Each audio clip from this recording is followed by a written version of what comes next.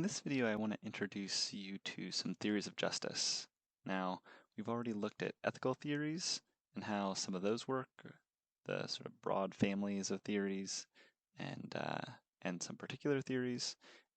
But now I want to talk about theories of justice, some families of theories again, and then how the particular theories work. So you'll remember that when we looked at theories of right action, we broke them down into consequentialist, deontological, and virtue ethical theories.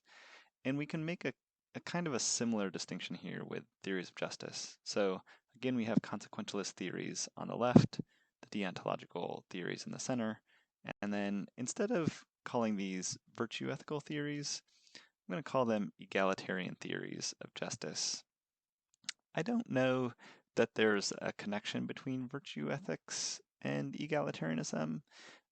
I don't know exactly how that connection would work, but I do think when we look at some of these egalitarian theories that there is a kind of connection with virtue ethics. So although this is not something that sort of is generally accepted, it's a connection that I want to sort of suggest is there. It's I suspect that there's something similar, something like this kind of connection between virtue ethics and egalitarianism. So anyway, act utilitarianism on the consequentialist side is a familiar theory. When we look at the deontological theories, we're going to see that there are some similarities between the deontological theories we saw in ethics and the same thing with the egalitarian theories and virtue ethics. All right, so as I mentioned, when we studied ethical theory, we learned about these three different kinds of ethical theories: consequentialist, deontological, and virtue ethical theories. And all those theories, you might remember, thinks that justice is important, but each of those theories conceives of justice in a different way. So when we think about ethical theory and justice, we might sort of cash out each theory as having sort of a particular stance on how we should think about justice. So consequentialism, for example, for the consequentialist, justice is something like weighing each individual's interests equally. So whether, when we think about act utilitarianism in particular, think about whether I experience pleasure or you experience pleasure, doesn't matter. All pleasures are equal. Same with animal pleasures, turtle pleasures, rabbit pleasures, worm pleasures, if worms have pleasures. All pleasures are equal. Same with pain. So what it means to treat people justly is just to sort of take their pleasure and pain, take whatever interests they have, take those interests equally. You've got to consider them as being on a par. When we look at deontology, we have sort of two different accounts. So one is this view of justice means acting on universalizable principles, principles that we would want everyone to act on. That's the thing that is just. Another way to think about it is justice involves respecting everyone else's autonomy, right? You want them to respect your autonomy, so you need to respect their autonomy insofar as we're all sort of free, rational agents. We all have maybe equal claim to knowing what's best, and so if we want to do what we take to be best, we've got to let everybody else do what they take to be best. Finally, when we looked at virtue ethics, there's one sort of conception of justice that I think is pretty central, which is this idea that justice involves giving people what they deserve. Sometimes that's giving someone good things when they do nice things for you, or just they're good people, they deserve to get good things in return. And if people do bad things or evil, right, maybe they deserve evil or punishment in return. But there's another conception of justice here too, I think, which is one on which justice involves promoting the flourishing of individuals and of society. So the just thing to do in Plato's Republic, he talks about the just society. The just society is one where everyone sort of does their own role, the role they're supposed to be doing, and by doing that role, it leads to the flourishing of everyone in the city. So here, we see 5 different sort of conceptions of justice. Maybe there are more, but these are pretty central. I think these pick up on some of the main themes. As we turn to political theory from ethics, we can sort of take those ethical theories, the conceptions of justice that they have, we can use them to derive different theories of justice. So instead of looking at the morality of an action, we can look at the justice of a policy. So for act utilitarianism, again, now we're not getting a theory of when an action is right, we're getting a theory of when a policy is just. And act utilitarians are going to say a policy is just to the extent to which it maximizes utility, that is, it maximizes net happiness. So if we wonder what policy we should pursue, the act utilitarian is going to say, we'll do the one that's going to produce the most happiness for the greatest number, right? The greatest net benefit. We're not going to look again at that kind of theory. We can, I think, given what we know about act utilitarianism already, we can kind of apply it straightforwardly to political decisions. As we move into the deontological theories, we get Hobbes's contractarianism. Now, this is not a theory we're going to spend too much time on either, and the reason for that is that it's not really, it doesn't do a particularly great job of telling us what our policy should be. It does have a view about when a policy is just, though, and that says a policy is just if and only if people consent to it. So if people agree to a policy, or they agreed to it in the past, then it's just to follow it out. So if you agreed to be taxed at 30% for every dollar you make, then it's just for the government to take 30% of it. So on this view, justice just involves sort of, doing what you've agreed to do in the past. Now, maybe we could think of this as more normative if we think about, for example, whether or not we should agree to some policy.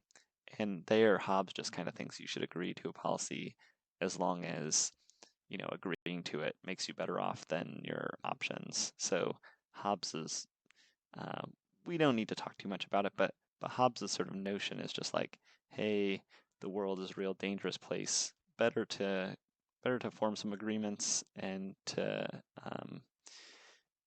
have someone rule over you that can sort of impose some control. Better to do that than otherwise. And once you kind of consent, then you're kind of stuck. You're constrained by those agreements.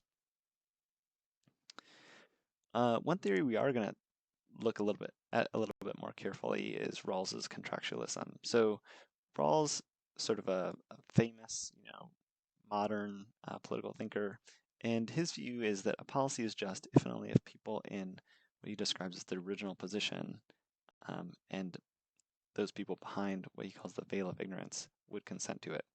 The idea here is something like Kant's principle of universalizability. The question is, what policies, if we don't know exactly what situation we're going to be in, the question is, what sort of policies would we agree to? What's sort of fair, pre-theoretically? What rules would we want to govern us if we don't know quite how those rules are going to affect us? That's Rawls's conception of when a policy is just. So I've put a little picture of Rawls here. So just to say, like, hey, we're going to look more at this theory later on. All right, we're halfway down. We've got 3 more to go. So Nozick's libertarianism is another deontological theory of justice. And whereas Rawls's theory picks up on Kant's principle of universalizability, Nozick's libertarianism picks up on Kant's principle of humanity. So Kant's principle of humanity, you'll remember, says, we need to act in such a way that we treat people as ends and not as mere means. Nozick's libertarianism says a policy is just if and only if it's consistent with the principles of justice and acquisition, justice and transfer, and the rectification of injustice. Now you might say, how does that connect with what Kant said? But I'll explain it. So Nozick roughly thinks these principles sort of say when you're allowed to take something out of the sort of common property. So a tree, how can you acquire a tree? How can you transfer a tree? How can you sell it? What do you do when someone's taken something unjustly from you? Basically, Nozick's libertarianism is going to end up saying you can do basically whatever you want to do as long as people are consenting to it. So similar to Hobbes's theory in some ways, Nozick's theory is saying something like, hey, if people want to sell you their house for $1, then you're allowed to. If nobody else is using something, you're allowed to take it out of the common property. If someone has sort of treated you wrongly, then we can get that compensation back. That's nose exterior, and we'll talk more about that later, as evidenced by the fact that I put his picture up. So we'll talk about that again in another video. The last two theories are sort of these egalitarian theories. I'm not going to talk too much about those. Later on, I'm not going to create videos on those, but they're worth mentioning, at least here briefly. So luck egalitarianism says that a policy is just to the extent to which it reduces the disadvantages that are attributable to bad luck. So we might think, thinking of like racism in America, insofar as racial minorities have it worse than people who are white, then we need to do something about that. And so policies that sort of address those racial injustices are going to be justified to the extent to which, right, they sort of level the playing field, at least any unevenness that's created by luck.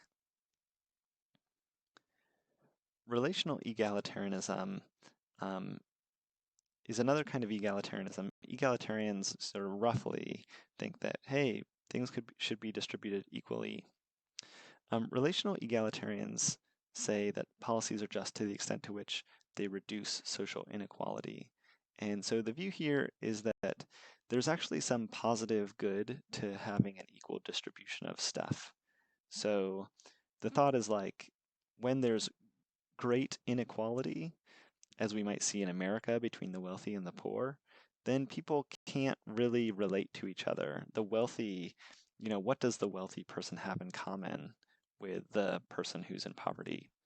Not much, and they don't really need to interact, and the relational egalitarians think that there's something bad about that, right? It's not just that the poor people don't have as much stuff, it's that there's sort of this other kind of inequality that comes along with it, which is a sense of inferiority and that sort of thing. So promoting sort of the equal distribution of goods is going to reduce the social inequality, and people are going to be able to relate to one another as equals. Okay.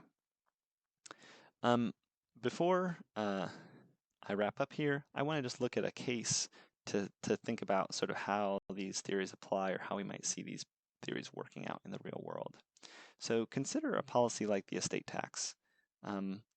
You might know a little bit about the estate tax, but if not, let me sort of break it down a little bit for you. So what the estate tax is a tax on the wealth of someone who has died, and it applies to any property that they're transferring via their will or the state's laws of intestacy. Now, these laws of intestacy are just laws that, like, what should we do with someone's property if they don't have a will? So basically, when someone dies, someone really rich, like Bill Gates, let's say, the question is like, can the government take any of that person's money? And ordinarily, well, let's back up a little bit. So presumably, like when Bill Gates dies, he's like left some money to different people. His kids are probably going to get some. Maybe he's got some going to charities and different organizations, maybe like foundations, the Bill and Melinda Gates Foundation. Now that he's divorced, right? Maybe some of that money, none of that money is going to go to his ex-wife. But if he had died before he got divorced, right, some of that money probably would have gone to his wife. And so he's going to distribute up in certain ways. He's got a will that sort of says how to do it. Now, if he's really rich, like Bill Gates, then the estate tax is going to take some percentage of that. So the money that he gives to his children, let's say, the government's going to say, all right, that, good for you. I'm glad you're giving some of your money away, but we're going to like step in here and take some of that money. Now, this estate tax dates back to the Revenue Act of 1916, but it's recently come under fire from those who characterize it as a death tax. So the thought is something like, if I'd given this money away while I was living, then I wouldn't have been taxed. But since I'm giving it away after I am dead, now it is taxed. And that's not like quite true. So there are also like gift taxes that potentially tax you if you're trying to give someone else like a bunch of money just for free. You know, are there ways around this? I don't know the details, but in general, the thought is something like, hey, if you've got a ton of money and you're just like transferring it freely to other people, the government's like, we want a cut of that. Of course, that might seem a bit suspicious, like, what right does the government have to take that money? Oftentimes, though, it's worth noting, right, the people who oppose this tax are members of the middle class who would almost certainly benefit from an increase in the estate tax. Why is that? Well, because currently the U.S. estate tax only applies to people whose estates are worth over $11.58 million. And the top rate is 40%. So it's not like the government's ever going to take all of your stuff. But if you're worth over $11.58 million, then when you die, the government's going to start taking some of your money. And the more money you have, the greater percentage of it they're going to take. Now we can ask this question, like, what should we do about the estate tax? Should we increase it? Should we decrease it? Or should we leave it as it is? You might pause here and think about, well, what are the different theories going to say? In a second, I'm going to run through each of those theories. So if you want to sort of try out to see how well you understood the theories, now might be a good time to pause it. Think back, what are those theories and what would they say about the estate tax? All right, on to some standard responses. So the first response is the act utilitarian response. What is the act utilitarian going to say? I think they're going to say we should increase the estate tax. Why? Because it maximizes utility, right? When wealthy people have a bunch of money, it turns out that that money doesn't make them that much happier. So if I have $13 million compared to $26 million, it really doesn't matter that much to my happiness.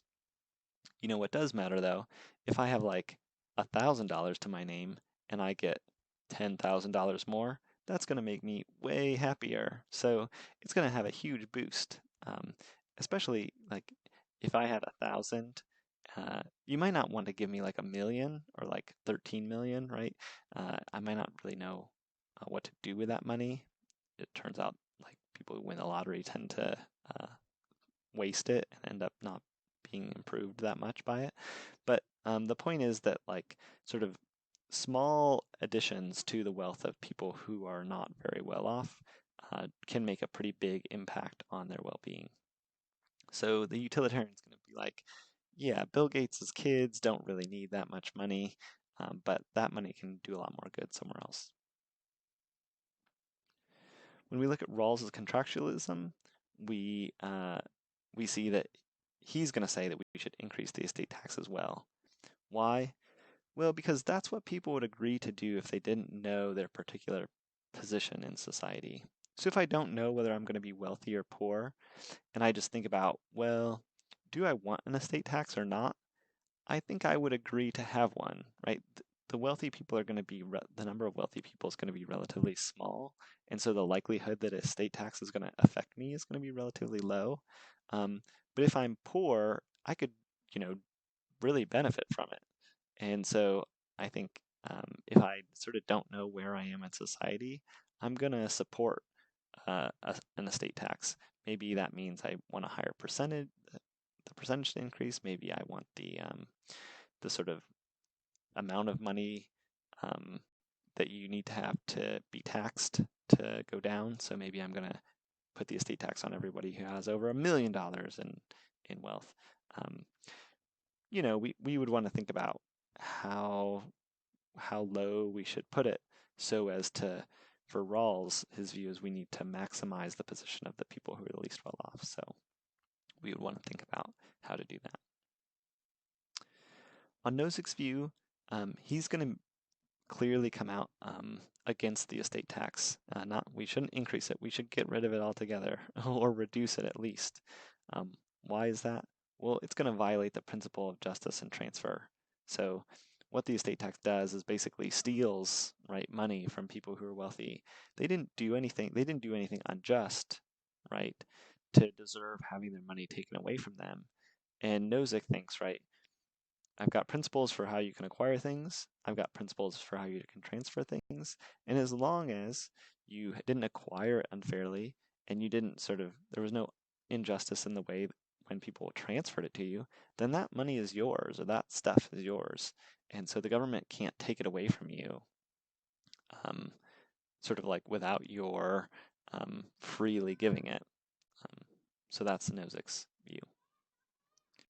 Finally, we get to the luck egalitarians and the relational egalitarians, and both of these theories say that we should increase the estate tax as well. I think, this is my best guess. Why is that? Well, think about the luck egalitarians. They think we should reduce inequalities that are attributable to luck. And how much money you get from your parents, that's purely a matter of luck, right? So the thought is like, just because my parents are wealthy doesn't mean I should be wealthy because I don't choose my parents, right? So increasing the estate tax, making it, in fact, pretty high, is probably the thing to do if you're a luck egalitarian. If you're a relational egalitarian, again, having a pretty high estate tax is a good thing because it's going to result in everyone in society being on an equal level, and they think that that's really going to be good at reducing the sort of social inequalities that we have. All right, that's a quick run through all the theories. Maybe it's not the quickest introduction, maybe it could have been quicker, but that gives you a good sense for the different views.